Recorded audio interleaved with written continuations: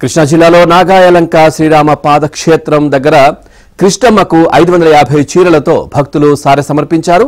ఈ వేడుకను ఎమ్మెల్యే మండలి బుద్ధప్రసాద్ ప్రారంభించారు.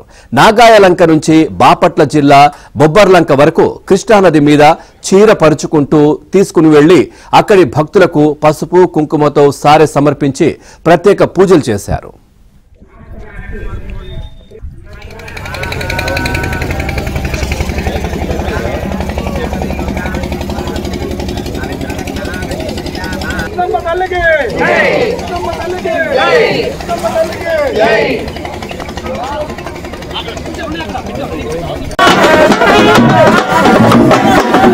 ఈ వేడుకను ఎమ్మెల్యే మండలి బుద్ధప్రసాద్ ప్రారంభించారు.